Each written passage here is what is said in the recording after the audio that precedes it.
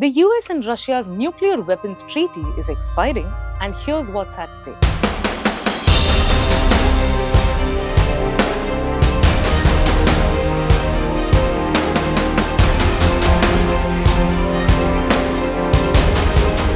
The United States and Russia, the two nations that hold over 90% of the world's nuclear weapons.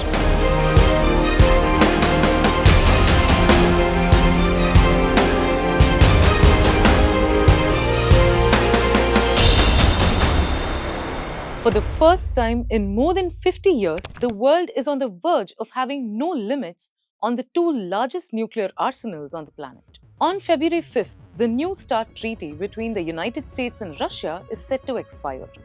If it does, there will be no agreement governing how many long-range nuclear weapons Washington and Moscow can deploy. This is not a technical detail, it is a shift with global consequences.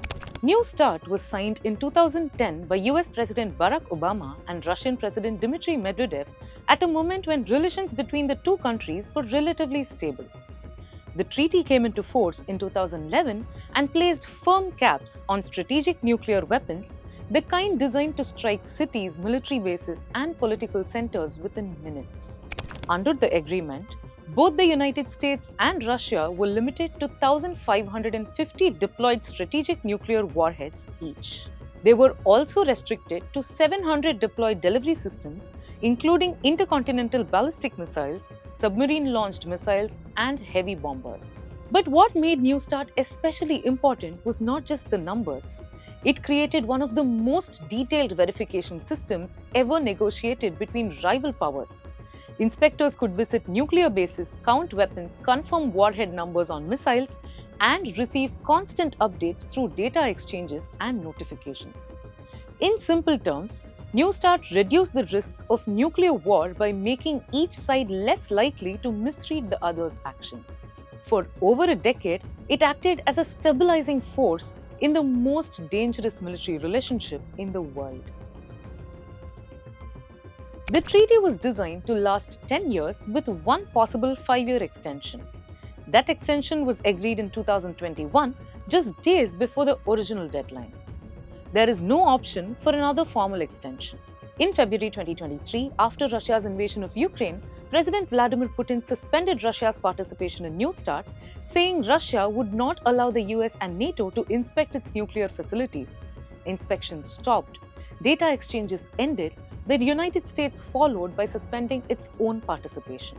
Despite that, both sides have continued to signal that they are still respecting the treaty's core numerical limits. There is no public evidence of large-scale violations. That is precisely why the treaty's expiry matters. This is not just the formal end of an agreement that had already weakened, but it is the removal of the last remaining framework that limits the size of the American and Russian nuclear arsenals. In September 2025, Putin proposed a 1-year voluntary extension of New START's central limits to buy time. Donald Trump said the idea sounds like a good one, but no agreement followed. Trump has also argued that any future deal should be broader and include China. In theory, that sounds reasonable, but in practice, it is a major obstacle. China is estimated to have around 600 nuclear warheads. The United States and Russia each possesses more than 5,000. Beijing has repeatedly said it will not join formal arms control talks while that gap remains so large. Making China's inclusion a precondition risks ensuring that no limits exist at all. The strategic environment is also becoming more volatile. The United States plans to expand advanced missile defense systems under its proposed Golden Dome program. Russia has long argued that limits on nuclear weapons must be linked to limits on missile defense. From Moscow's perspective, stronger US defenses undermine deterrence and justify building more offensive weapons. Combined with the disappearance of New START, these dynamics risk accelerating a new arms race. Negotiating a replacement treaty would be extremely difficult.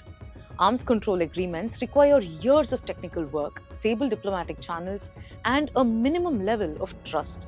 None of those conditions exist today. The idea that a new comprehensive treaty could be negotiated quickly is unrealistic. So what happens if New START expires? Without limits or transparency, military planning on both sides is more likely to be driven by worst-case assumptions. Each side must guess what the other is doing rather than verify it. That increases pressure to prepare for the most dangerous scenarios. In practical terms, both countries could deploy hundreds of additional nuclear warheads by loading more weapons onto existing missiles. Russia could do this relatively quickly. The United States would take longer but has a large reserve of non-deployed warheads. Even if massive buildups do not happen immediately, the absence of rules makes crisis harder to manage and miscalculation more likely. The consequences extend beyond the United States and Russia. China is already expanding its nuclear forces. Other nuclear-armed states are watching closely. The collapse of the last arms control treaty weakens the argument for restraint worldwide. Timing matters too. The treaty expires ahead of the 2026 review conference of the Nuclear Non-Proliferation Treaty, where nuclear powers are expected to demonstrate progress towards disarmament. Allowing the final US-Russia agreement to disappear without replacement sends the opposite signal that nuclear restraint is no longer a priority. Even without a treaty, some risk reduction is still possible. Experts argue for sustained dialogue between nuclear powers, clearer communication channels, and confidence-building measures. These steps cannot replace formal arms control, but they can reduce the danger in a world without it. For more than half a century, treaties helped prevent nuclear rivalry from spiraling out of control. New START was the last of those guardrails. Its expiry will not automatically trigger a nuclear arms race, but it removes a system designed to prevent one at a moment when global tensions are already dangerously high. That's it for today's video. If you have any feedback or suggestions, write to us at videos@thehindu.co.in. Thanks for watching.